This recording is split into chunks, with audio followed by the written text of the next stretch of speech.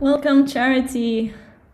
I'm making you a co-host so you can begin sharing your screen. I've already introduced you and your talk, and we are very excited to listen to it. So when you're ready. Hi. Hi. I'm ready. Should I go ahead and share my screen now? Okay. It says it will stop your screen Yes. sharing. No. Is that's okay? Sure. Okay. Okay, so we welcome our keynote speaker, Charity Majors.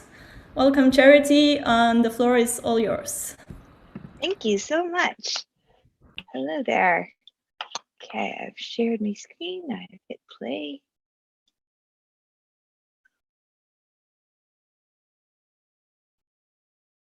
How does that look? It All looks good? black. It looks black right now. Great. And now I oh, can see the. Yeah. You see a slide? Yes. Wonderful. Thank you so much. This has been a morning full of AV problems, so I hope that I am getting all of them out of the way and everyone else will have good experiences for the rest of the day. Thank you so much for having me. I'm really excited to be here talking about two of my very, very favorite things in the world, observability and high-performing engineering teams. Observability in the glorious future. Teams. Teams are, I think of it as like the irreducible unit of complexity, right? This is how we organize ourselves to take care of these vastly complex, we're naked monkeys, and here we are taking care of these amazing systems that are massive and sprawling and changing every day. Teams exist to build and maintain things that are too big for any one person to deliver, right? But they also exist as an abstraction. They're an interface for the rest of the company. They're like the API into engineering. Sometimes I visualize managers as being like Istio, or like the service mesh that routes communication and load balances and stuff, right? Because like if I'm an engineer, I shouldn't have to worry or think about, if someone over in marketing is going to leave and have a baby or move on or something. I should be able to rely on the marketing team will hit their goals.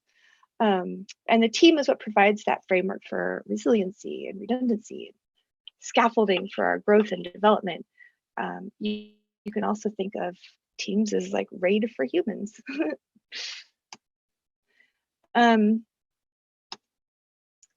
For those of you who don't know me, my name is Charity. I am one of the co-founders of honeycomb.io. I come from operations. I am a co-author of database reliability engineering. By the way, any of you who have this book who don't have a sticker for the cover to turn the horse into a unicorn, DM me your address on Twitter and I will hook you up. I think it's very important that everyone understand that this is a unicorn book, not a horse book. And Liz Fung Jones and I are currently almost done with the first draft of the observability book for O'Reilly too. So, we spend a lot of time thinking about how observability is key for systems performance, right?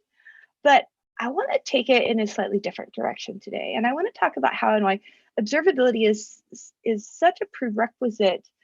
It's such a key to high performing teams.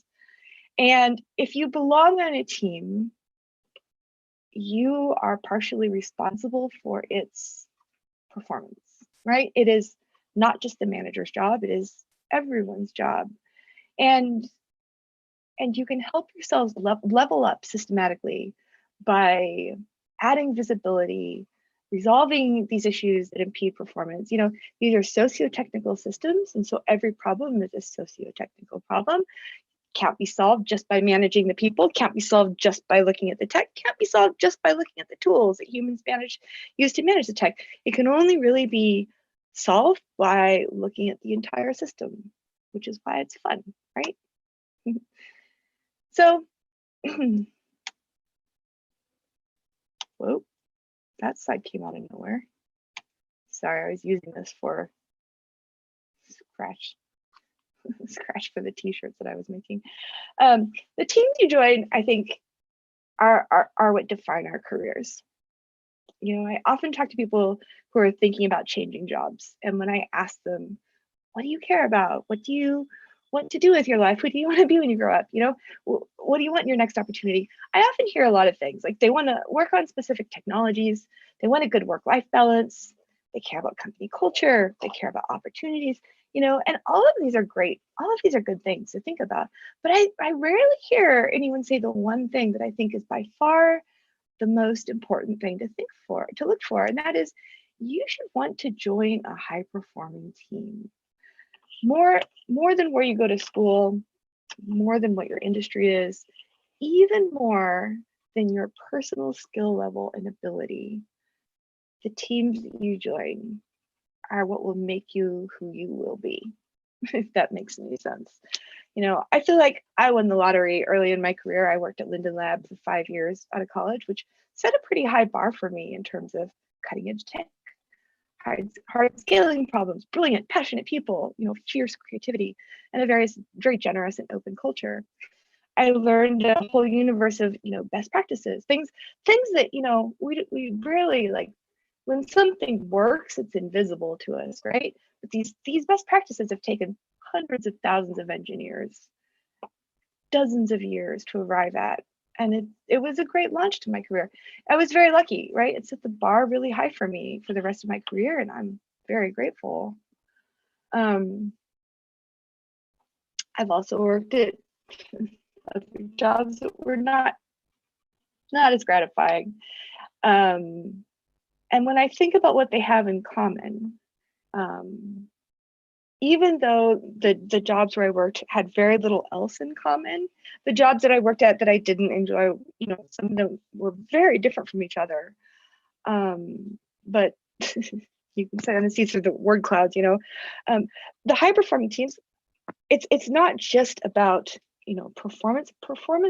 Being high performing is a sign that your time is not being wasted, that the majority of your time is being spent on the things that make life worth living, right? Autonomy, mastery, and purpose. This is what we crave in life.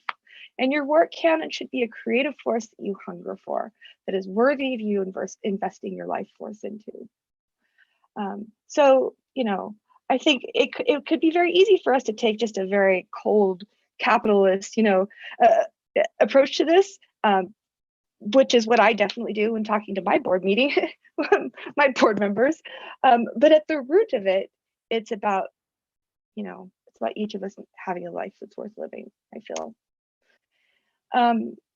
Because a high-performing team isn't just fun to be on. They perform. It's like exercising or weight training. Like once you reach a certain level of achievement here, it will be easier to reach for that bar for the rest of your life. You will have better instincts that will help you raise the level of the teams, and everyone around you will perform better for the rest of your career. So how well does your team perform, right? What does this even mean? And part of what's made this so hard is that we haven't really had an agreed upon definition until, God bless our patron saints, Nicole, Jez, and Jean, for, you know, the research that they put in to accelerate. And, you know, I feel like everyone who cares about this shit should be nerding out on accelerate. But if you have a short attention span like me, then look for just the Dora reports. You get a lot just from skimming the Dora reports year after year. Even though every team, every workload, every problem set is to some set sui generis, we can genericize these to some extent. In this book, they talk about there are really four key metrics that you can use to evaluate how high performing is your team, which are how frequently you do deploy, how long does it take for your code to go live, how many of your deploys fail, how long does it take to recover from them. And I would add a fifth thing that every team should be tracking, which is how often do you get alerted outside of work hours? How often do you have to wake up in the middle of the night to fix something, right?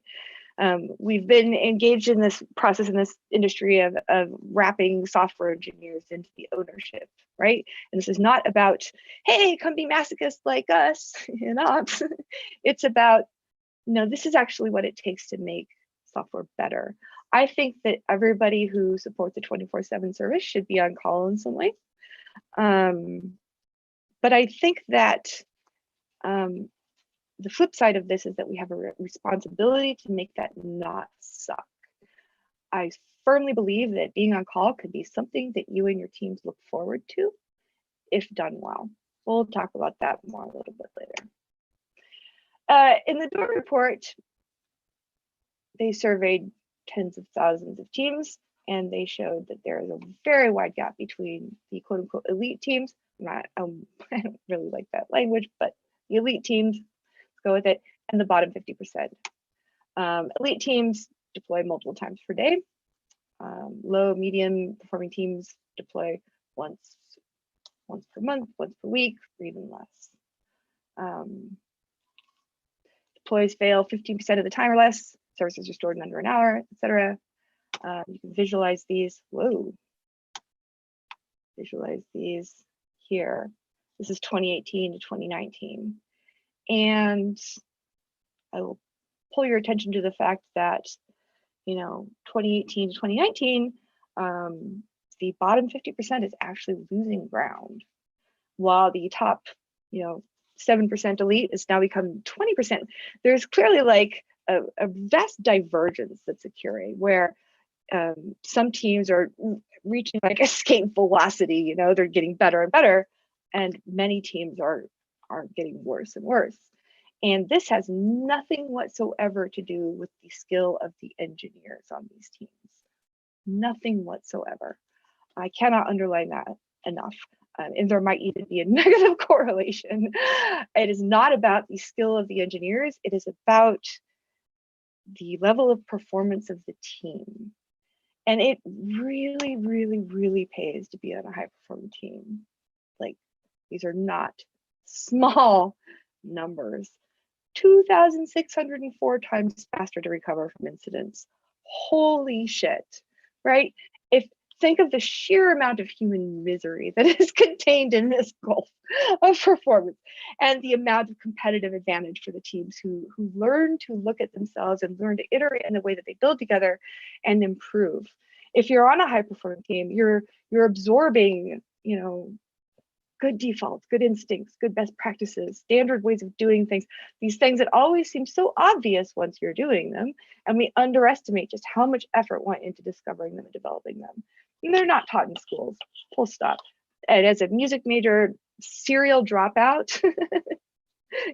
this is not a like Ivy League issue. This is us in our profession. We need to learn to get better at building an atmosphere that can move fast.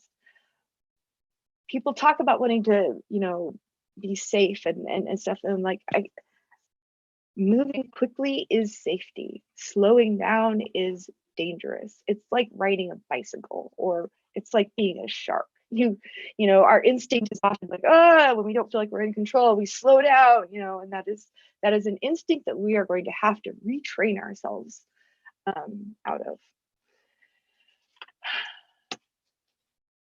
This is not about individual skill levels. I have seen brilliant engineers join, a low or medium performing team. I have been that engineer. I'm not going to call myself a brilliant engineer.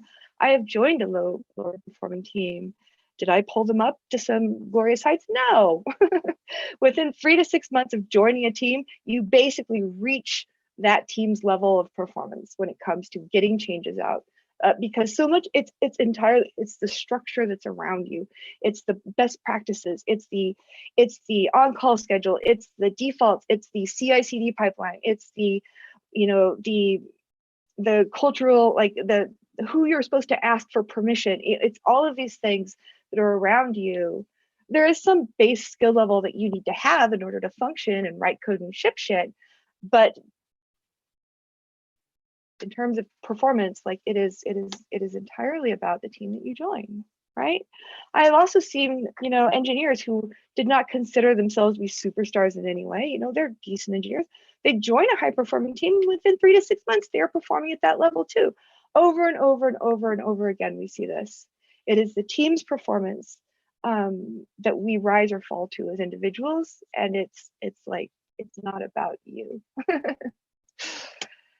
Also, if that wasn't enough ammo for you, we waste so much time on bullshit. It doesn't move the business forward, period. We waste so much time. Like, this was the Stripe developer report. There's a link there. Half of our time, and this is the half of the time that we can personally identify and be like, oh yeah, I was wasting half of my life, you know, waiting on other people, dealing with tech debt, etc. And trying to reproduce an error from a bug, you know, figuring out what to do. And this is where you start to realize just how big of a silent enabler or lack of enablement observability plays. It's like glasses. If you're as blind as I am, it's like, you know, driving down the freeway. But if we're all blind driving down the freeway without our glasses, you're not going to move very fast. You're not going to move with a lot of confidence. You're going to get in a lot of wrecks. You're going to bump into people. You're going to, like, it's just a, you know, a domino effect of train wrecks. If you can't see what you're doing, your feedback loop is going to be lossy as fuck. You're going to spend more of your time studying yourself and orienting yourself than actually doing the work. How do we build these high-performing teams? Well, you can't just go out and hire all the smartest kids in the yard and get a high-performing team. Can't do it, right? Google's published a bunch of research to this effect. You do not create high-performing teams by hiring great engineers. You create great engineers by building high-performing teams. High-performing teams produce great engineers. There's one takeaway that I want you to have from this.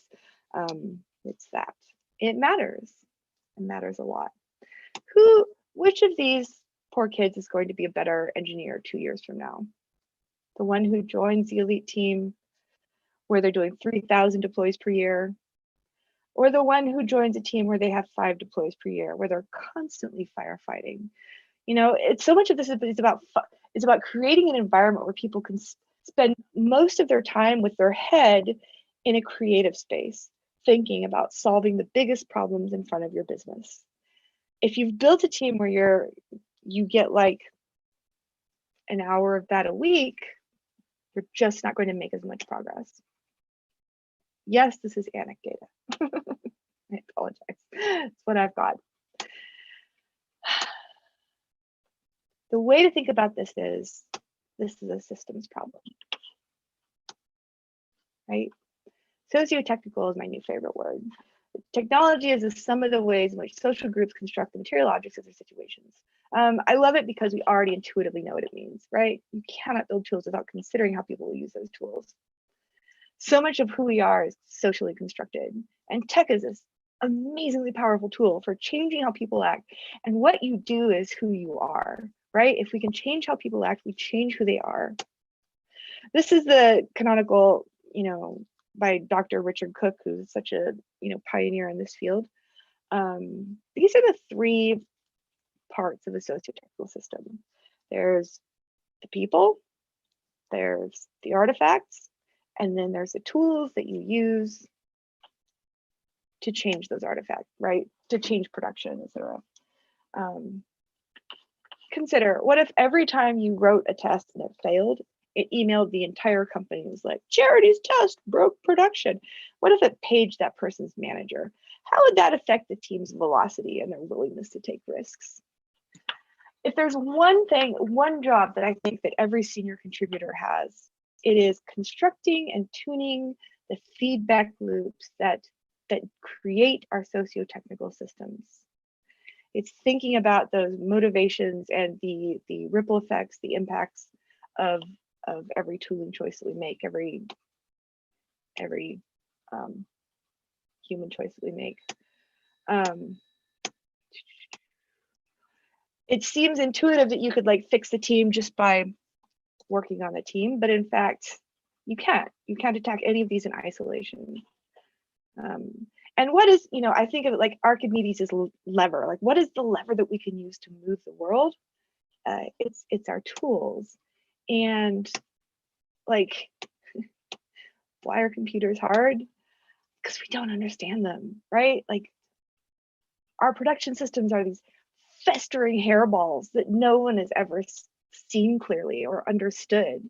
And we just keep closing our eyes and shipping more shit every day that we don't understand onto the systems that we've never understood. And then we like, you know, set up a few monitoring tools to like define some threshold, be like, well, if some things are between these ranges, then we're going to say that's okay. You know, and if it's not okay, then we start pattern matching like all of the past outages that we've had, our library of, you know, guesses, and like vendors have been no help here. Vendors have been terrible at this. They're just like, just give us tens of millions of dollars and then you'll never have to understand your systems. We will tell you what to look at and we'll tell you what it means. This is bullshit. At the end of the day, somebody's going to have to understand your systems, and a lot of the pathologies that we see in our teams is really a result of this, you know, this world where we've never been taught or enabled to systematically debug the problems that we see. We don't have observability. We have monitoring, which is a very different thing. We aren't taught to instrument. We aren't told how important it is. We are told that it can be done magically, and then we just keep heaping more like more wood on the bonfire. Like it's a broken fucking model. Sorry, I keep cursing. I'm trying not to. It's time to change this. It can be done. It can be done.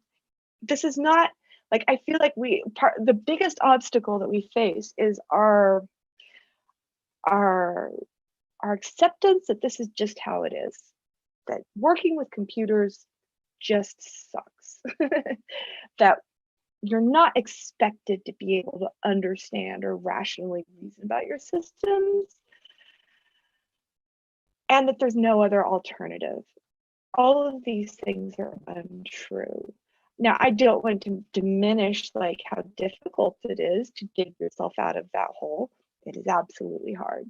It is much harder to dig yourself out of that hole than it is to build a system that never falls into that hole. And I know this because I've done both. I've done both. So I'm not like preaching at you from the mountain. I've been there. I've been the only person on call for a flaming trash heap, and those are stories that we tell over drinks. Anyway, we have no choice. Our systems are getting too complex.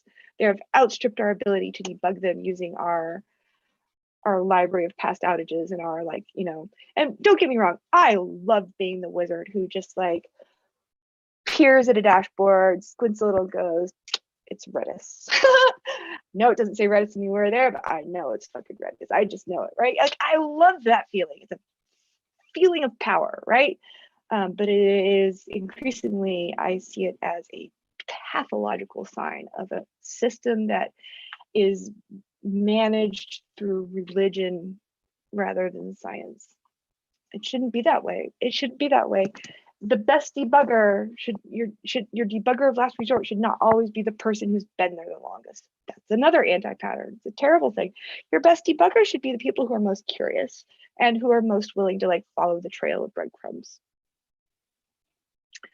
But ultimately, the way that you start digging yourself out of this hole is by practicing observability-driven development, which is a more scientific way of dealing with your systems. And I am going to assume that most of you have heard these rants from me and other people before, but let's do a quick recap of like, what the hell is observability and why does it matter?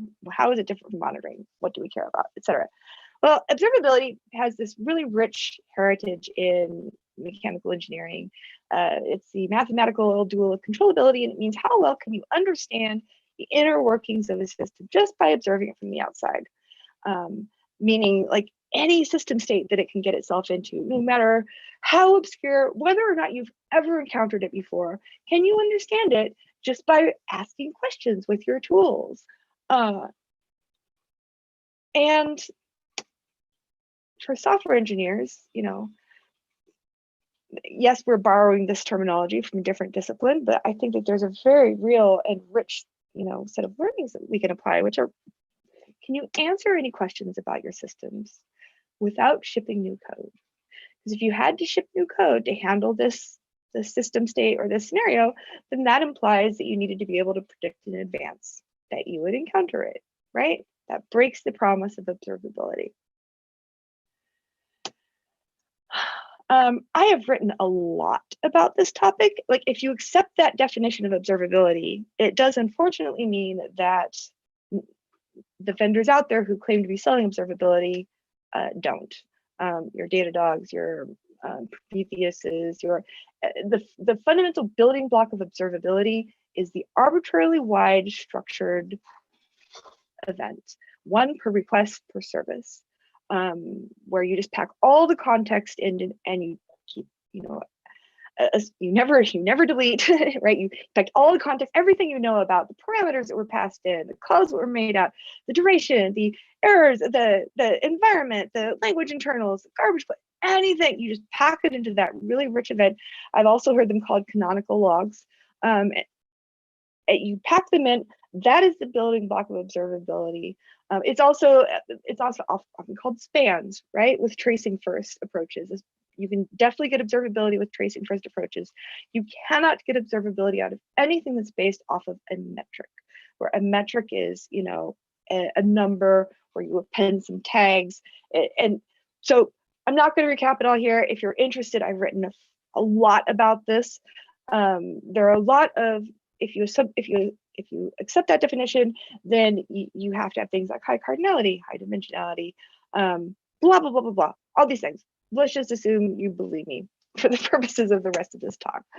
You have an observable system, but it's not just about the technical stuff, right? This is a socio-technical solution for socio-technical problems. That means that observability also means, that the interface to asking these questions, you can follow the trail of breadcrumbs, putting one foot in front of the other instead of having to stare at a dashboard and then formulate a guess in your head and then go look for validation of that guess.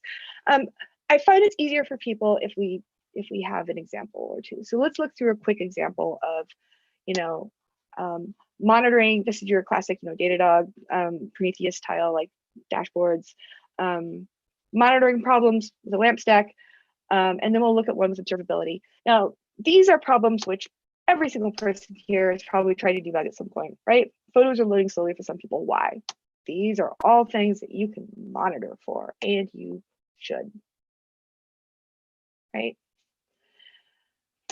Now, photos are loading slowly for some people. Why? And these are all real things that were taken from outages at Parse and or Instagram.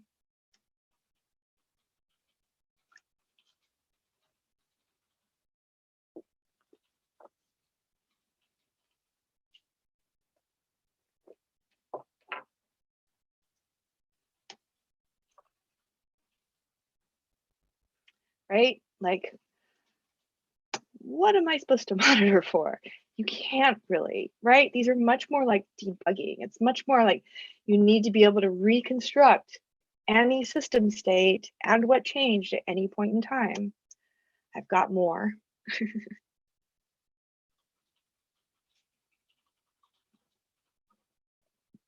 Latency reverts to the historical norm on Tuesdays. I know what you're thinking. It's not a cron job.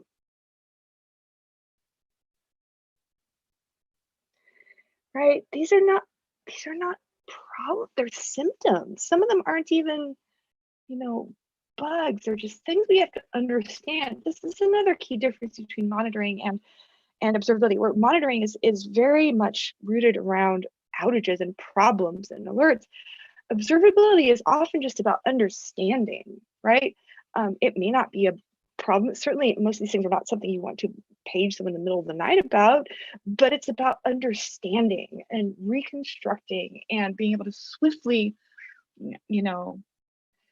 So instead of just going, oh shit, there's an error spike in the dashboard, and then with monitoring, you'd often go and find other dashboards and look for similar spikes in those dashboards, or trying to find which had caused it, right? With observability, the step that you would take is much more like, okay, there's a spike in errors. What are those errors going to? Let's break down by endpoint. Are all of the endpoints experiencing an error? No, it's just the right endpoints, right? Okay, is it writing to all data stores that is slow? No, it's just writing to, say, MongoDB. We have, MySQL, Redis, and Hadoop, and a bunch of others. It's just Mongo that it's slow writing to. Is it slow writing to all of the Mongo replica sets? No, it's just these. Well, what do those have in common? Oh, it looks like it's all of the ones. It might be this availability zone, or it might be this hardware type. Okay, let's look at those. Is it slow writing to all of them? Or is it slow across all queries? No, it appears to just be the insert queries. Is it slow for the insert queries for all users? No, actually, it looks like it's just one user. And so it looks like it's just slow writing to this one collection that is sharded across these three primaries for this one user for this one query. Did that query change? No. Okay, you see, so it's just like at every point, you don't need to know where the destination is. You're not making a leap to the end. You're taking one step after the other, like science. The reason this matters now you might be going, this sounds slower. And yes, it is slower than magically knowing the answer. It can be much slower, but the reason that this matters is that we can no longer predict all the ways that our systems are going to fail.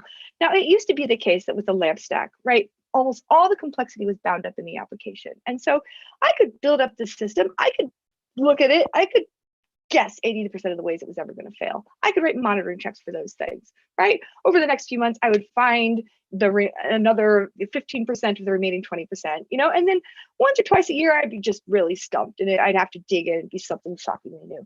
But now, like if you've got like a microservices type architecture, if you've got, it's every day. Like most of the problems that you get, you've never seen before. And it should be that way. You shouldn't be here going, oh, that again. Oh, that again. It should be every time you get paid, you should be go, huh, never seen this before, right? That is a sign of success. But that is also a sign that you need to have the kind of instrumentation, the kind of deep observability that will let you swiftly follow the trail of breadcrumbs and find the answers to even problems that are like these, right?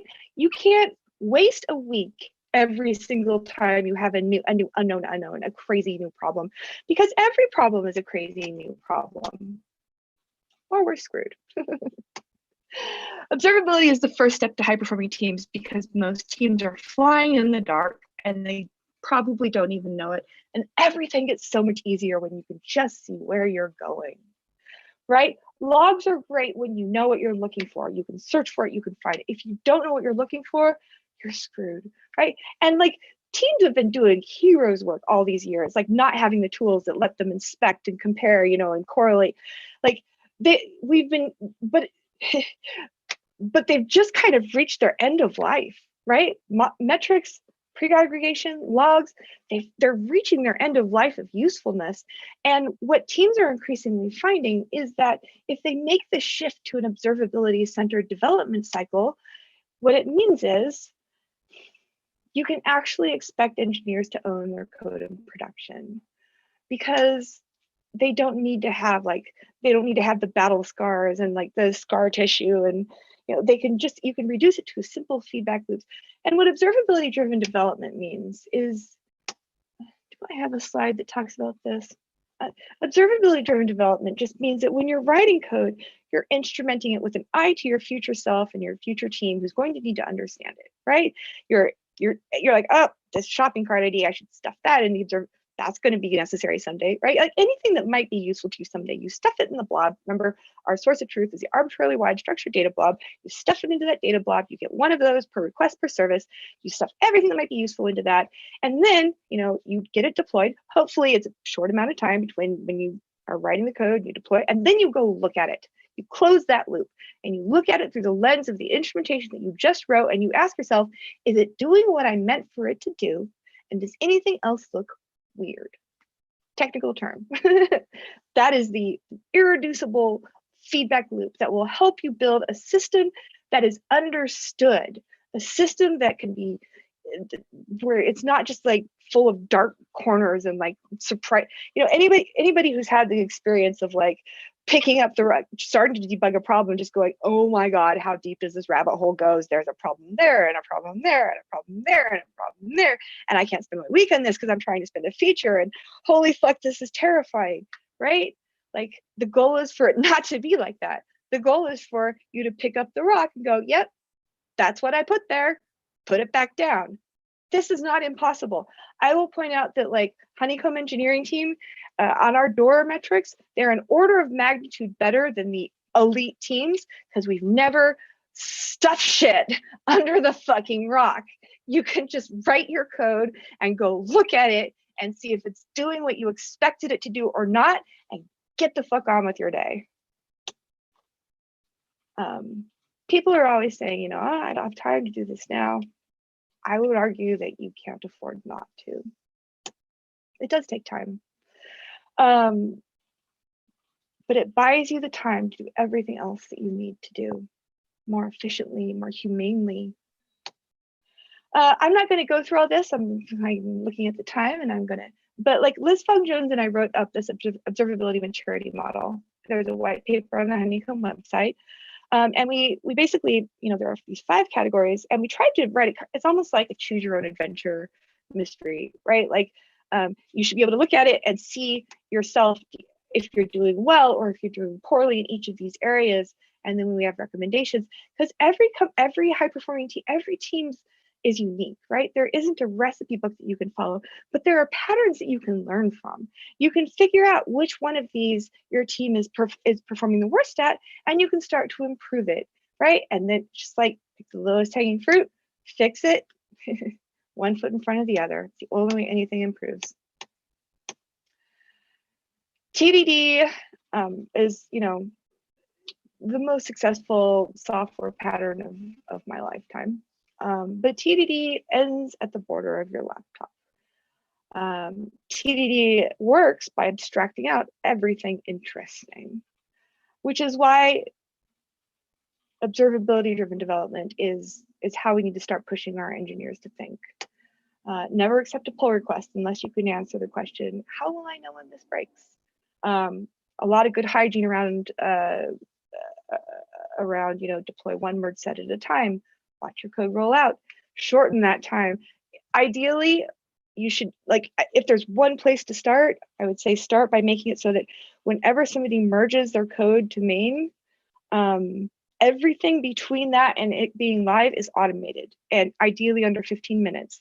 So you still have all of it paged into your head, you know what you're trying to do, you know what you just wrote, you hit merge, and automatically everything happens, you know, CI/CD runs, it deploys, blah, blah, blah, and you could go and you can look at it.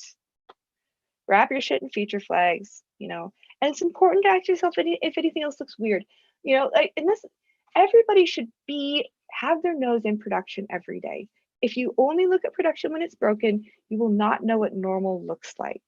And for most of you, normal, like full disclosure, of course, normal right now includes a lot of pathological states. Like the goal is to make that not true, right? The goal is to make your systems well understood to the point where, you know, normal is normal and normal is not broken. And until then, you just kind of have to expect that there's going to be some tech debt to pay down because weird shit happens all the time, and you should try to understand it because it will help. It will help move the company forward. Again, I'll publish my slides. This is just kind of a checklist of good things that you can do that will make your engineers happier, more productive. But just compare these, right? Like, here's the insidious loop, and I'll put the virtuous loop next. This happens every day in our systems. Engineer merges their diff. Time passes, more people emerge. At some point, somebody musters up the courage to do a deploy, and it's got God knows what's going out. It fails, or it succeeds. Not sure which is worse.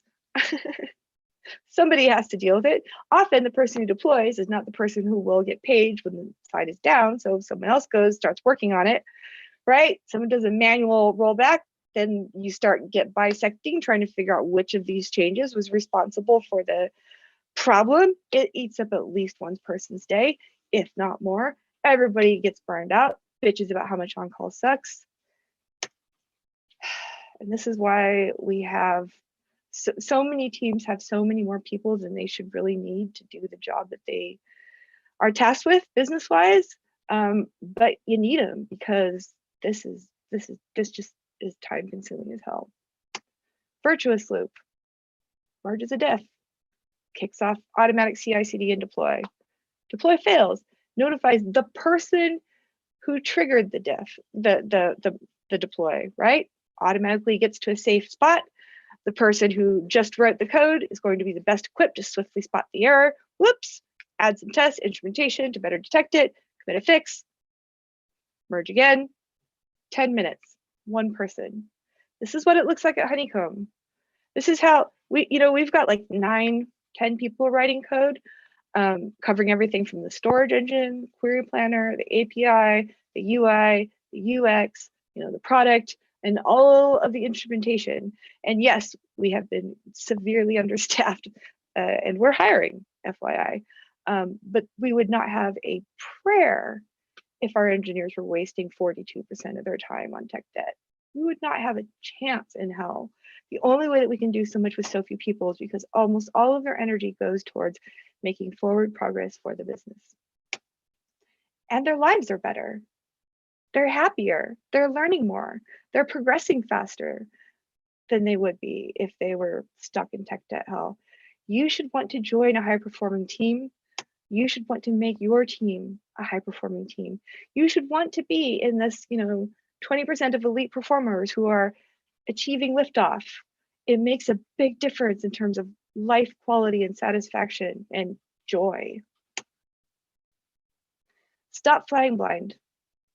Practice ODD. Watch your core metrics.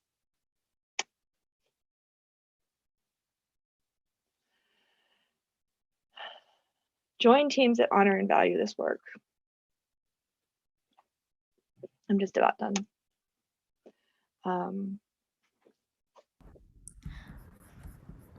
Look for ways to, I got 2 slides. Okay. The next generation of systems won't be built and run by burned out people. It honestly just can't be done. It takes people who are engaged with their full creative brains. And people who try will be outcompeted by teams with modern tools. So in the future, on-call will be shared by everyone. Don't be scared by regulations. Your labor is a very scarce and precious resource. Try to lend it to those who are worthy of it. The end.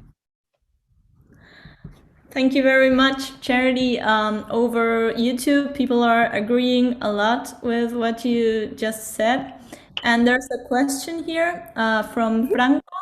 He said, you've mentioned the LAMP stack, probably as an anti-pattern. Do you know of any tech stack which favors observability out of the box? To be clear, I don't think the LAMP stack is an anti-pattern at all. If you can solve your problem with the LAMP stack, please do so. It is the very definition of boring software, and I say that with affection. It's boring because its failures are well understood. It's simple, it's reliable. The problem is that for many of us, we can't solve our problem with the LAMP stack anymore. And if you can't solve your problem with the LAMP stack anymore, then you have to start embracing some of these things like microservices and much more complex architectures. There is no such thing as a stack that is built for observability or not.